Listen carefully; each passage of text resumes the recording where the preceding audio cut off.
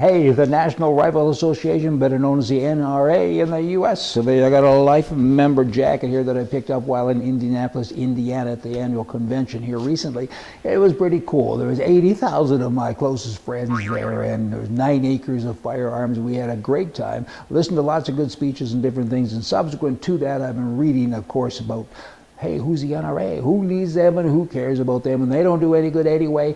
They're just all a bunch of murderers and thugs, so says the Democrat/left-wing press. And you know what? They are so wrong and they're so out there. This is why you need the NRA, to counter nonsense like this. This is just one little example for you. Here's a letter from Cynthia Tucker. She has some credibility. She's a winner of the 2007 Pulitzer Prize for commentary. She's a professor at the University of Georgia.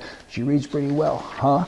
Here's what she says, though. We have a blood-soaked gun lobby, and they dictate our laws and regulations of firearms. We have passed stand-your-ground laws that allow violent and angry men to murder unarmed people. We have given the mentally unstable the ability to buy military-style assault weapons with which they wreak havoc on crowds, schools, and so on. And it just goes on. And now, she says, in Georgia, you can, God help us, you can take guns into churches.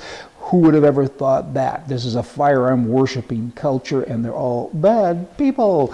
Hey, I know a couple of stories in churches, in particular, where crazies went into churches with guns, and they were going to kill those God-fearing people, and some God-fearing people had guns in church. They pulled the gun out, they said, goodbye, bad guy. I kind of think that's a pretty good thing.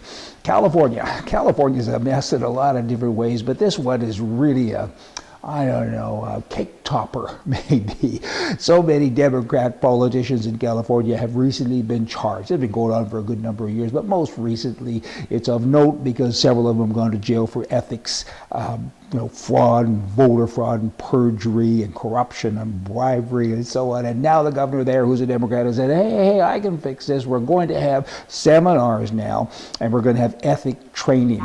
You can't train those people. Good luck. They already are trained. They're thieves and hoodlums and scoundrels. Just saying. In California, also, lawmakers are saying you got to get rid of guns from all of the people who don't do bad things, because we have found that there are millions of background checks that aren't done properly, and bad people actually do get guns. I got a better idea yet. Get rid of all of the bad employees, because that's what it comes down to. It's got nothing to do with good people getting guns or bad people getting guns. It's about the stupid people who allow it to happen. Guns everywhere. That would be the new law in Georgia. It's now legal to pack heat in bars, schools, churches, and even government buildings and so on. And the governor there, Nathan Deal, when he's a Republican, and when he signed it, he called it this Guns Everywhere Bill. The technical term is the Safe Carry Protection Act. I actually like that. You should carry so you are protected. I got a call the other day with something a little bit lighter in a dark and hazy room. There was a mystic, and she had a customer, a lady in front of her, and she looked at the lady and said, I got bad news. Your husband is going to die a violent death. He's going to be shot and killed.